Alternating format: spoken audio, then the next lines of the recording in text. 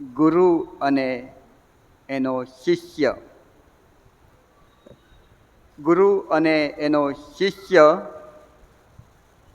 એ બે વચ્ચેના સંબંધો, ગુરુ અને શિષ્યની જે અસરો છે, એનો જે આશીર્વાદ છે, એનાથી પરમેશ્વરની યોજના કેવી રીતે પરિપૂર્ણ થાય છે, એ બધી બાબતોને સમજવાનો પ્રયત્ન કરી રહ્યા છે. અને આ સાચું કહું તો ખ્રિસ્તી વ્યક્તિ માટે બહુ જ જરૂરી એવો આ વિષય છે. કેમ કે પ્રભુ ઈસુ ખ્રિસ્તે ક્યારેય એવું નથી કહ્યું કે તમે લોકોને ખ્રિસ્તી બનાવો, ક્યારેય નહીં. કોઈ જગ્યાએ પ્રભુ ઈસુ ખ્રિસ્તે એવો આદેશ કે હુકમ કે આજ્ઞા નથી આપી કે તમે લોકોને ખ્રિસ્તી બનાવો. એમણે તો એક જ હુકમ આપ્યો, સ્વર્ગમાં ઉચકાઈ જતા પહેલા એમની છેલ્લી આજ્ઞા કે આદેશ જે હતો તે એટલો જ કે તમે લોકોને શિષ્ય બનાવજો. અને માટે શિષ્યનું મહત્વ એમની દ્રષ્ટિમાં કેટલું બધું હતું તે આપણે સમજી શકીએ છીએ. એક ખ્રિસ્તી વ્યક્તિ અને એક શિષ્ય, એ બેને જો બાઇબલના આધારે તમે તપાસ કરો કે ચેક કરો તો બાઇબલ એ વ્યક્તિને આશીર્વાદ આપવાની વાત કરે છે કે જે શિષ્ય છે. અને માટે શિષ્ય અને ગુરુ એ શબ્દ બાઇબલ આધારિત સમજવો આપણા માટે બહુ જ જરૂરી બની જાય છે. જો કે શિષ્ય બનવું લોકોને ગમતું નથી. ખ્રિસ્તી બનવું ગમે છે, મંડળીના સભ્ય થવું ગમે છે, મંડળીની જુદી જુદી કમિટીમાં રહીને જે હોદ્દાના નામો હોય, અલગ અલગ કન્વીનર હોય, ડાયરેક્ટર હોય, પછી મેમ્બર્સ હોય, જુદા જુદા નામો, એ ટાઇટલ લેવું ગમે છે. પણ શિષ્ય બનવું કોઈને નથી ગમતું. માફ કરજો, પણ પ્રભુ તો આ જ ઈચ્છા રાખે છે. પ્રભુએ તો આ જ આદેશ આપ્યો હતો કે તમે શિષ્ય બનો અને તમે બીજાને શિષ્ય બનાવો. જ્યારે પણ શિષ્ય બનવાની વાત આવે ને, લોકો અદૃશ્ય થઈ જાય. એક વાત મેં વાંચી હતી. એક ગામમાં 3 ચર્ચ હતા. એક આપણે નામ આપીએ? નહીં આપવું, સારું, નામ નથી આપતા. એક ફલાણું ચર્ચ, બીજું ફલાણું ચર્ચ ને ત્રીજું પણ ફલાણું ચર્ચ. હવે એ ગામમાં ઉંદરો બહુ હતા. ઉંદર ચર્ચમાં, એ 3 ચર્ચમાં એટલા બધા ઉંદરો કે ત્રાસી જવાય. 3 ચર્ચના પાળક સાહેબો ભેગા થયા અને ચર્ચા કરવા લાગ્યા કે આ ઉંદરોથી તો ત્રાસી ગયા છે, કંઈક કરવું જોઈએ. એટલે 3 પાળક સાહેબોએ નક્કી કર્યું કે આપણે આના માટે ઠોસ પગલાં લઈએ, નક્કર પગલાં લઈએ અને કોઈક રીતે આમાંથી છુટકારો મેળવીએ. 1 મહિનાની અંદર આપણે એવા પ્રયત્ન કરીએ કે ઉંદરોથી છુટકારો મળે. અને પછી બધા 3 પાળક સાહેબો પોતપોતાની મંડળી પર વયા ગયા. હવે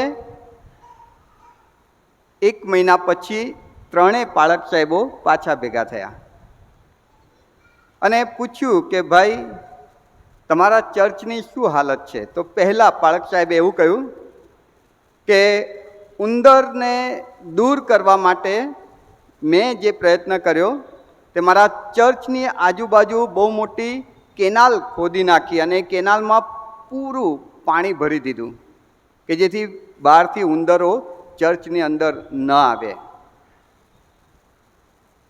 પણ એ ઉંદરોનો ત્રાસ તો બમણો થઈ ગયો. કેનાલમાં પડીને તરીને પાછા ચર્ચમાં આવે. બીજા પાળક સાહેબને પૂછ્યું કે તમે શું પ્રયત્ન કર્યો? બીજા પાળક સાહેબે કહ્યું કે મેં તો એક દિવસે બહુ બધા લોકોને મદદ લીધી અને જેટલા ઉંદરો છે બધાને પકડી લીધા અને બધા ઉંદરોને પકડીને બહુ જ દૂર જંગલમાં જઈને એમને છોડી આવ્યા. બીજા પાળક સાહેબે પૂછ્યું તો પછી તમને તો છુટકારો મળી ગયો? તો કે ના, એ જંગલમાંથી આવ્યા ને તો બીજાને બી જોડે લેતા આવ્યા અને ઉંદરોનો ત્રાસ તો બમણો થઈ ગયો. ત્રીજા પાળક સાહેબને પૂછ્યું કે ભાઈ તમે શું કર્યું? તે કે મારા ત્યાં તો હવે એક પણ ઉંદર નથી આવતું. ઓ, તો એવું તમે શું કર્યું કે બધા ઉંદરો તમારા ચર્ચમાંથી ગાયબ થઈ ગયા? તે પાળક સાહેબે કહ્યું કે અમે એક જ કામ કર્યું કે બધા ઉંદરોને બાપ્તિસ્મા આપી દીધું અને કહ્યું કે હવે શિષ્ય થાવ.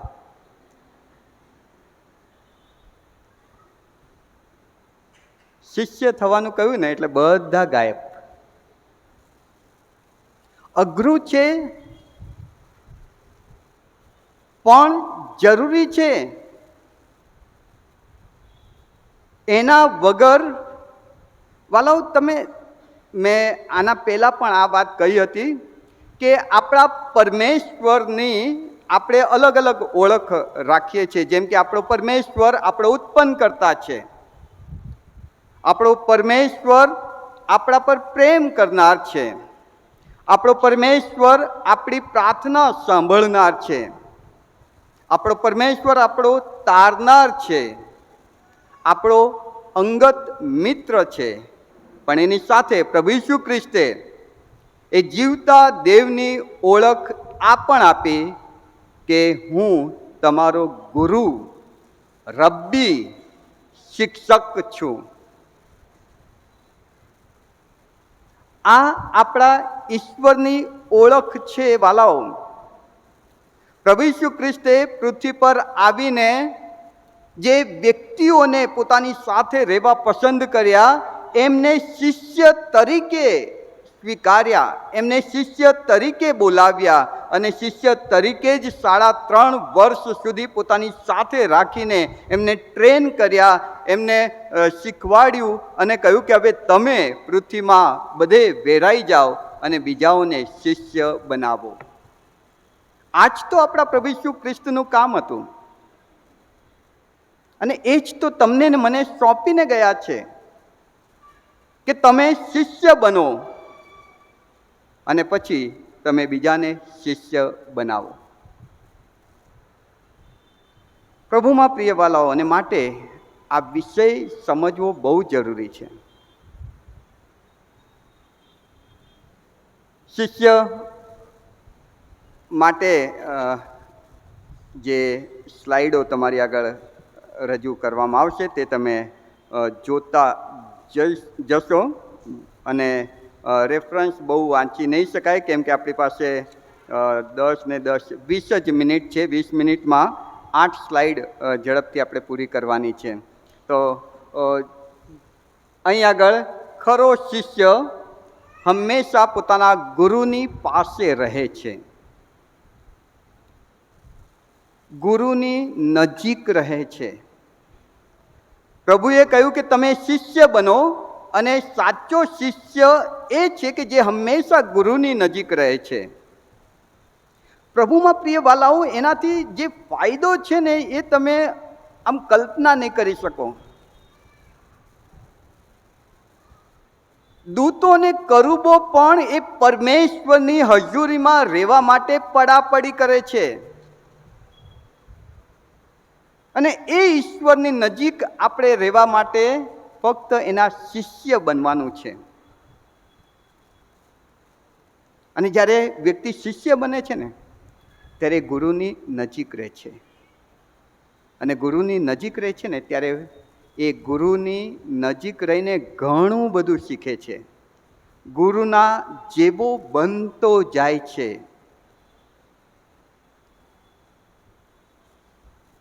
મૂસા યહોશવાને પોતાની જોડે રાખનાર, એલિયા એલિસાને જોડે રાખનાર, પીતર, યોહાન, યાકૂબ એ 12 શિષ્યને પ્રભુ ઈસુ ખ્રિસ્તે પોતાની જોડે રાખ્યા. આ બધા ગુરુ શિષ્યના સંબંધો બાઇબલ બતાવે છે. બાઇબલ આવા સંબંધોથી ભરાયેલું છે વાલાઓ. અને ઈશ્વર સાથે આપણો આ જ નાતો હોઈ શકે કે એ મારો ગુરુ છે, મારો શિક્ષક છે. એ નિષ્ણાંતની પાસેથી મારે શીખવાનું છે કે જીવન કેમ જીવવું, કેમ બોલવું, કેમ વર્તવું. એ મારો ગુરુ થઈને મને શીખવાડે છે. અને જ્યારે એ શીખવાડે ત્યારે એ જીવન બદલાયેલું હોય છે. ઝડપથી આગળ વધતા જઈશું.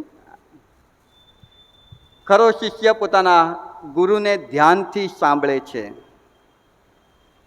એક જ સેકન્ડ તમે પોતાની જાતને પ્રશ્ન પૂછો કે છેલ્લે મેં પ્રભુનો અવાજ ક્યારે સાંભળ્યો હતો? તમને યાદ છે? ક્યારે તમે પ્રભુનો અવાજ સાંભળ્યો હતો? અને જો હજુ તમને પ્રભુનો અવાજ નથી સંભળાયો ને, એનો મતલબ કે હજુ શિષ્ય નથી બન્યા. કેમ કે શિષ્ય પોતાના ગુરુને બહુ ધ્યાનથી સાંભળે છે. ખરો શિષ્ય પોતાના ગુરુની પાસેથી શીખે છે. મારું બોલવું સલૂણું હોય જરૂરી છે, પણ એ મને કોણ શીખવાડે? મારો ગુરુ, મારો શિક્ષક, મારો રબ્બી. અને ખરો શિષ્ય એ છે કે જે એની પાસેથી શીખે છે. આ રેફરન્સ તમે ઘરે જઈને જોઈ શકો છો. ઝડપથી આપણે સ્લાઇડ આગળ કરતા જઈએ. ખરો શિષ્ય પોતાના ગુરુને અનુસરે છે. તમારો ને મારો ગુરુ દયા, કરુણા, પ્રેમનો એક આદર્શ નમૂનો. દુનિયા આજે પણ પ્રભુ ઈસુ ખ્રિસ્તને કરુણાનો દેવ કે પ્રેમનો દેવ તરીકે ઓળખે છે. જો મારામાં એ હજુ નથી આવ્યો તો પછી એનો મતલબ કે હું હજુ શિષ્ય થવાનું ચૂકી ગયો છું. હા, મેં બાપ્તિસ્મા લીધું, હું ખ્રિસ્તી થઈ ગયો છું. મેં પ્રભુ ભોજનના ક્લાસ કરીને પ્રભુ દ્રઢીકરણની વિધિ કરી લીધી છે, તો હું મંડળીનો પ્રભુ ભોજની કે મતદાર સભ્ય બન્યો છું, પણ હજુ શિષ્ય નથી બન્યો.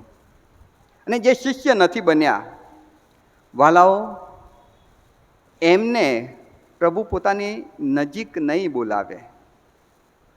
મેં ગયા રવિવારના સંદેશામાં કહ્યું હતું, મંડળી, જે શરૂઆતની મંડળી હતી, એ મંડળી એટલે કોણ? જેઓ પહેલા પ્રભુના શિષ્ય બન્યા અને એ લોકોનું જે ટોળું એકત્રિત થયું એને મંડળી કહેવાય છે. આજના જમાનામાં મંડળીની આખી વ્યાખ્યા બદલાઈ ગઈ છે. મંડળી એટલે સભ્યો, પણ બાઇબલ કહે છે મંડળી એટલે શિષ્યો. અને પ્રભુ જે મંડળીને લેવા આવનાર છે એ આ સભ્યોની મંડળી નહીં, એ શિષ્ય તરીકેની જીવન જીવતી મંડળીને લેવા આવનાર છે. અને માટે વાલાઓ, તમારે ને મારે એક સારા શિષ્ય બનવાની જરૂર છે. ખરો શિષ્ય પોતાના ગુરુના શિક્ષણને વળગી રહે છે. સંજોગો ગમે તેવા આવે, પણ મારા ગુરુએ કહ્યું છે, મારા રબ્બીએ કહ્યું છે, મારા શિક્ષકે કહ્યું છે, અને એ જ મારે કરવાનું છે, એ પ્રમાણે વળગી રહેનાર એ ખરો શિષ્ય છે. ખરો શિષ્ય પોતાના ગુરુનું અનુકરણ કરે છે. ડગલે ને પગલે કંઈક સંજોગો આવી જાય તો આવા સંજોગોમાં મારા ગુરુએ શું કર્યું હતું? શું તે ગુસ્સે થયા હતા? શું તેમણે માફ કર્યા હતા? જો મારા ગુરુએ મને નમૂનો આપ્યો છે બધાને માફ કરવાનું, તો મારે બધાને માફ કરવાના છે. જો મારા ગુરુએ એવો નમૂનો આપ્યો કે બધાને પ્રેમ કરવાનો, તો મારે બધાને પ્રેમ કરવાનો છે. ખરો શિષ્ય પોતાના ગુરુનું અનુકરણ કરે છે. ખરો શિષ્ય પોતાના ગુરુની ઈચ્છા પૂરી કરે છે. આ બહુ અગત્યની વાત છે વાળા. ખરો શિષ્ય પોતાના ગુરુની ઈચ્છા, અને તમારા ને મારા ગુરુ પ્રભુ ઈસુ ખ્રિસ્ત છે, તો એમની ઈચ્છા શું? એમની છેલ્લી અંતિમ અને મહત્વની એક જ ઈચ્છા હતી કે જે એ સ્વર્ગમાં ઉચકાઈ જતા પહેલા જે 5 કે 10 મિનિટ એમને મળી હશે, એમાં એમણે પોતાના શિષ્યોને કહ્યું, હવે હું જઈ રહ્યો છું, હવે હું ઉચકાઈ જઈ રહ્યો છું, પણ જતા જતા છેલ્લો આદેશ, છેલ્લો હુકમ, છેલ્લી આજ્ઞા મારી એ છે કે તમે જઈને બીજાઓને શિષ્ય બનાવજો. તમે મારા શિષ્ય બન્યા, મારી સાથે ઘણું બધું શીખ્યા છો, તો હવે તમારી જવાબદારી છે, તમે બીજાઓને શિષ્ય બનાવજો. આ પ્રભુ ઈસુની ઈચ્છા હતી. આ આપણા સદગુરુ પ્રભુ ઈસુની ઈચ્છા હતી. ખરો શિષ્ય એ છે કે જે પોતાના ગુરુની ઈચ્છા પૂરી કરે છે અને બીજા શિષ્ય બનાવે છે. શા માટે શિષ્યપણું જરૂરી છે? આમ તો બહુ બધા કારણો હું તમને બાઇબલમાંથી આપી શકું, બહુ બધા કારણો. કોઈ જો પ્રશ્ન પૂછે કે શા માટે મારે શિષ્ય બનવું જોઈએ, અથવા તો શા માટે મારે બીજાને શિષ્ય બનાવવા જોઈએ, એવા 6 કારણો તમે મને આપો એમ કોઈ કહે, તો હું એમને 6 કરતાં વધારે બમણા કારણો બાઇબલમાંથી આપી શકું છું. સૌથી પહેલું કારણ, શા માટે શિષ્ય બનવું જોઈએ અને શા માટે શિષ્ય બનાવવા જોઈએ? કેમ કે તે મારા પ્રભુની આજ્ઞા છે, હુકમ છે, આદેશ છે. એમણે મને આજ્ઞા આપી છે કે જાઓ અને સર્વ દેશનાઓને શિષ્ય બનાવો. એમણે મને હુકમ કર્યો છે. હુકમ, આદેશનો મતલબ તમને ખબર છે? જો સરકાર હમણાં આદેશ કરે, હુકમ કરે કે બધાએ 2000ની નોટ આ તારીખ સુધીમાં જમા કરાવી દેવાની, શું કરશે? બધા મરજિયાત કરશે? ના ના, ચાલશે. હુકમ છે. રોડની જમણી સાઈડ જ ચાલવું હુકમ છે. લાલ લાઈટ આવે ત્યારે તમારે સ્ટોપ થઈ જવું હુકમ છે, આદેશ છે. અને જો એ હુકમ તોડીએ છીએ, એ આજ્ઞા ઉલ્લંઘન કરીએ છીએ, તો શિક્ષા થાય. તમે ને હું જો એમ કહીએ છીએ કે મારો પ્રભુ ઈસુ મારો ગુરુ છે, મારો શિક્ષક છે, મારો રબ્બી છે, તો એનો આદેશ છે કે તમે બીજાઓને શિષ્ય બનાવો. અને જો હું એ આદેશનું પાલન નથી કરતો, તો એ રાજા જ્યારે આવશે ત્યારે મને શિક્ષા કરશે. મારા હુકમનું પાલન નથી કર્યું, એના હાથ પગ બાંધીને અગ્નિની ખાઈમાં નાખી દો. પ્રભુમાં પ્રિય વાલાઓ, આ એક જ કારણ બસ છે મારે બીજાને શિષ્ય બનાવવા માટે. હું કેમ બીજાને શિષ્ય બનાવવા જાઉં? કેમ કે મારા પ્રભુનો હુકમ છે, આદેશ છે, આજ્ઞા છે. આગળ બીજું કારણ કે જો હું શિષ્ય નથી બનાવતો, તો એનાથી નુકસાન જે થાય છે ને, એ બહુ જ મોટું નુકસાન થાય છે. બહુ મોટું નુકસાન, બહુ મોટું એટલે બહુ જ મોટું નુકસાન.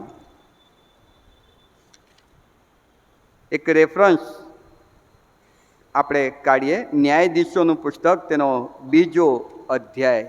ન્યાયાધીશોનું પુસ્તક, તેનો 2જો અધ્યાય, 7મી કલમ. યહોશવા વડીલ આગેવાન, અને એમણે એમના પછીની પેઢીને એ ઈશ્વરની ઓળખ આપી કે જે ઈશ્વર મને મૂસા દ્વારા મળ્યો છે એ ઈશ્વર જીવતો દેવ કે જે મિસરમાંથી અમને કાઢી લાવનાર છે, એ દેવની આરાધના તમે કરજો, એવું યહોશુઆએ એના પછીની પેઢીને કહ્યું. પછી 10મી કલમ કે એ જે પેઢી હતી યહોશુઆ પછીની પેઢી, એ ખતમ થઈ સમય જતા, અને પછી એક નવી પેઢી આવી કે જેને યહોવાએ કરેલા કામ નહોતા ખબર. કેમ કે યહોશુઆ પછીની પેઢીએ એ ઈશ્વર વિશેની માહિતી, સમજણ, શિક્ષણ એના પછીની પેઢીને આપવાની જરૂર હતી, પણ એ એમણે કર્યું નહીં. મૂસાથી યહોશુઆને મળ્યું, યહોશુઆથી વડીલોને મળ્યું, અને વડીલોએ એમના પછીની પેઢીને આપવાનું હતું, એ ન અપાયું. એના કારણે એ જે નવી પેઢી આવી એ ઈશ્વરને જાણતી નહોતી, ઓળખતી નહોતી. અને એનું પરિણામ શું આવ્યું? એનું પરિણામ 11મી કલમમાં કે પેઢી યહોવાને ભૂલી ગઈ અને બાલ નામના દેવતાની સેવા કરવા લાગ્યા અને યહોવાને રોષ ચડાવ્યો. આ થાય. મિશનરી દ્વારા મારા દાદાને સુવાર્તા મળી. મારા દાદાએ મારા બાપાને વચનનું શિક્ષણ આપ્યું, અને મારા બાપા અને મા બહુ જ ધાર્મિક જીવન જીવતા હતા. મેં જોયું છે અને એમની પાસેથી હું શીખ્યો છું. હું પણ બાઇબલ વાંચું છું, હું પણ પ્રભુમાં જીવવાનો પ્રયત્ન કરું છું. પણ જો હું મારા પછીની પેઢીને એ નથી આપતો, એમને નથી શીખવાડતો, એમને શિષ્ય નથી બનાવતો, તો વાલાઓ એ પેઢી ઈશ્વરને ભૂલી જશે એવું બાઇબલ કહે છે.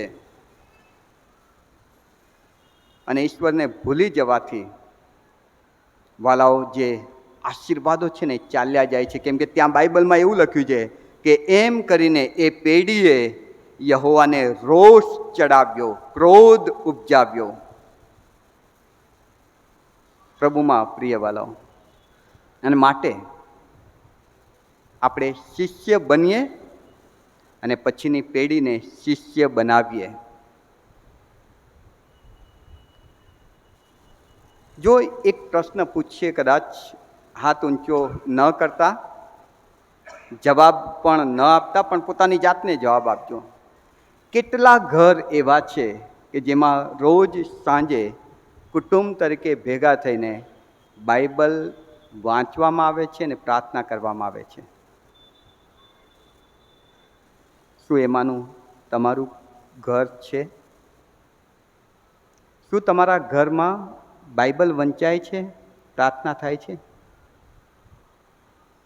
જો નથી થતું તો યાદ કરો, તમારા મમ્મી પપ્પા અને એમના મમ્મી પપ્પા કે જેમને મિશનરીએ પ્રભુ ઈસુનું નામ આપેલું અને મિશનરીએ એ લોકોને શીખવાડેલું કે રોજ સાંજે કુટુંબ તરીકે ભેગા મળીને બાઇબલ વાંચીને પ્રાર્થના કરીને જ ઊંઘવા જવાનું, અને એ લોકો કરતા હતા.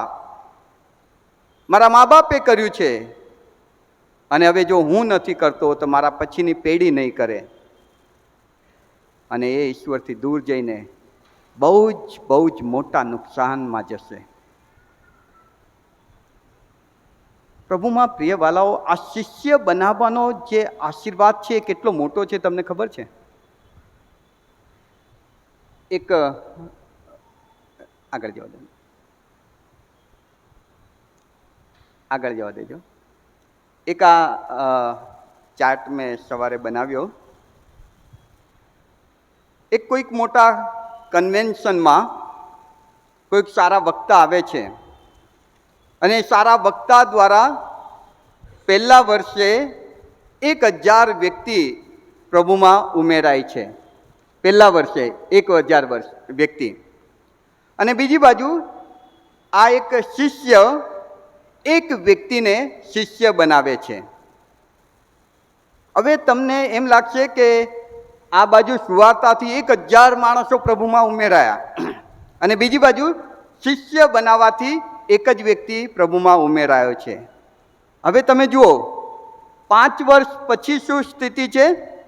દર વર્ષે 1000 વ્યક્તિ પ્રભુમાં, એ પ્રીચરના વચનથી આવતા વ્યક્તિઓની સંખ્યા 5000 થાય છે. દર વર્ષે 1000 આત્માઓ જીતે છે, તો થયા કેટલા? 5000. બીજી બાજુ શિષ્ય જે બનાવે છે ગુણાકારમાં થાય છે. પહેલા વર્ષે 2 થયા, બીજા વર્ષે 4, ત્રીજા વર્ષે 6, પછી કેટલા થાય? 6 પછી 8, પછી ગણતા જાઓ. 5 વર્ષે કેટલા થાય? અરે બોલો ના, 5 વર્ષે 32 થશે 5 વર્ષે. પહેલા વર્ષે 1, 2 થયા, બીજા વર્ષે 4, ત્રીજા વર્ષે 8, અને ચોથા વર્ષે 16, અને પાંચમા વર્ષે 16 દુ 32 થયા. પેલી બાજુ 5000 વ્યક્તિ. આપણને એમ લાગે કે હું બહુ ધીમે ચાલી રહ્યો છું, પણ તમે જુઓ હવે શું થાય છે. 10 વર્ષે પેલી બાજુ 10,000 આવે છે અને આ બાજુ 1024 આવે છે. 15 વર્ષે આ બાજુ 15000 આવે છે અને પેલી બાજુ 32,768 વ્યક્તિ. ગુણાંકમાં શિષ્યપણું વધે છે. મેં કોઈકને શિષ્ય બનાવ્યા, એ કોઈક બીજાને શિષ્ય બનાવે છે, એ કોઈક બીજાને શિષ્ય બનાવે છે, ને એમ 20 વર્ષે સુવાર્તા પ્રચાર દ્વારા ફક્ત 20,000 વ્યક્તિ, દર વર્ષે 1000 ગણતરી કરીએ તો 20 વર્ષે 20,000, અને એમાં પણ એ 20,000 માંથી પણ કેટલા ટકે છે એ તો ઈશ્વર જ જાણે. પણ જે શિષ્યપણું, જે શિષ્ય બનાવે છે એ પ્રોપર ઘડે છે, પાક્કા બનાવે છે. એટલે એ શિષ્યનો મતલબ કે એને એવી રીતે ઘડે છે, ભાઈ રોજ બાઇબલ વાંચવાનું એટલે વાંચવાનું, મનન વગર બહાર નીકળાય જ કેમ? શાંત મનન તો કરવું જ પડે. પ્રાર્થના વગર ખાધું જ કેમ? બાઇબલ વાંચ, એમાં તારા પ્રશ્નોના જવાબ મળશે. એ રીતે શિષ્ય ઘડાય છે, શિષ્ય બનાવવામાં આવે છે, એ કદી ઉથલી નહીં પડે પછી. અને એવા 20 વર્ષે 1,48,576 વ્યક્તિઓ પ્રભુમાં બહુ મજબૂતાઈથી આવી જાય છે. પ્રભુમાં પ્રિય વાલાઓ, અને માટે શિષ્યપણું બહુ જ જરૂરી છે, બહુ જરૂરી છે.